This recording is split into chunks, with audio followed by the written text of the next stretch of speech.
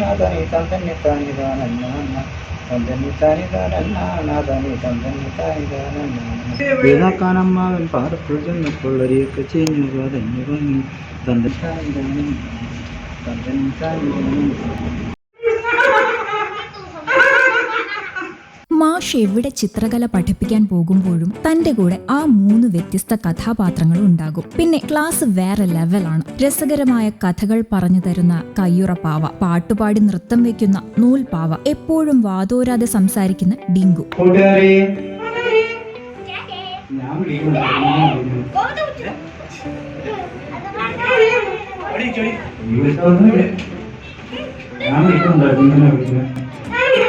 അറിയപ്പെടുന്ന ചിത്രകലാ അധ്യാപകൻ കൂടിയായിരുന്നു മാഷ്. സ്കൂൾ പ്രവൃത്തി പരിചയമേളയിൽ പപ്പട്രി വർക്കിന് അതിന്റേതായ പ്രാധാന്യമുണ്ട്. കയ്യുറപ്പാവയും നൂൽപാവയുമെല്ലാം പ്രധാനപ്പെട്ട മത്സര ഇനമാണ്. കഴിഞ്ഞ 15 വർഷമായി ദാസപ്പൻ മാഷ് ചിത്രകലാ ക്യാമ്പുകളിൽ സജീവമാണ്. ഇത്തരത്തിലുള്ള പാവകളെ ചിത്രരചനയ്ക്കിടെ അവതരിപ്പിക്കുമ്പോൾ ലഹരി ബോധവൽക്കരണം, ട്രാഫിക് ബോധവൽക്കരണം തുടങ്ങിയ വിഷയങ്ങൾക്ക് പ്രാധാന്യം നൽകാറുമുണ്ട് മാഷ്. വെറും ചിത്രരചന മാത്രമാകുമ്പോൾ കുട്ടികൾക്ക് ചിലപ്പോൾ ബോറടിക്കും. അതുകൊണ്ടാണ് പാവമേഖല. എൻ്റെ പേര് ദാസപ്പൻ, ചിത്രകലാധ്യാപകനായിരുന്നു. റിട്ടയർ ചെയ്ത് 2012 ചേർപ്പ് ഗവൺമെൻറ് ഹയർ സെക്കൻഡറി സ്കൂളിൽ നിന്നാണ് റിട്ടയർ ചെയ്തത്.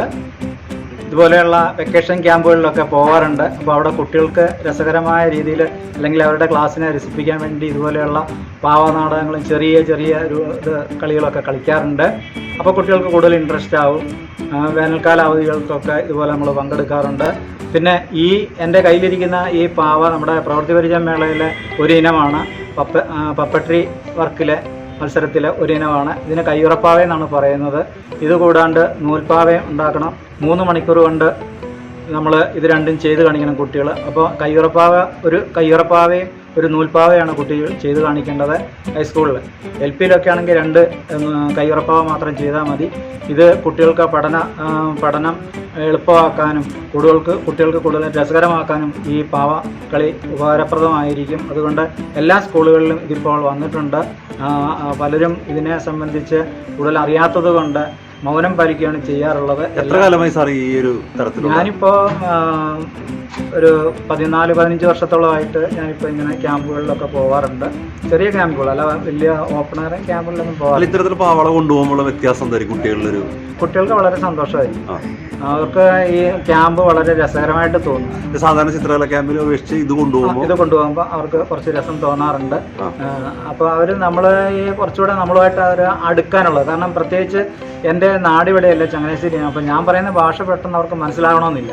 അപ്പോൾ ഞാൻ ഇതുകൊണ്ട് കാണിച്ചു കഴിയുമ്പോഴത്തേക്ക് അവർക്കൊരു നമ്മളോടൊരു അടുപ്പം തോന്നുകയും അവർക്ക് വളരെ ഒരു സഹോദരനെ പോലെ അല്ലെങ്കിൽ ഒരു കൂട്ടുകാരനെ പോലെ ഇടപെടാനൊക്കെ അവർക്ക് സാധിക്കും.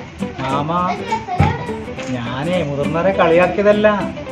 അല്ല മോനെ, അങ്ങനെ പാടില്ലല്ലോ, മുതിർന്നവരെ കളിയാക്കാൻ പാടില്ലല്ലോ. ഞാനേ ഒരു രസത്തിന് നടന്നു വന്ന വഴിക്ക് അങ്ങനെ ചെയ്തു പോയത്. എന്നോട് ക്ഷമിക്കണം മാമ, ക്ഷമിക്കണം കേട്ടോ മാമ.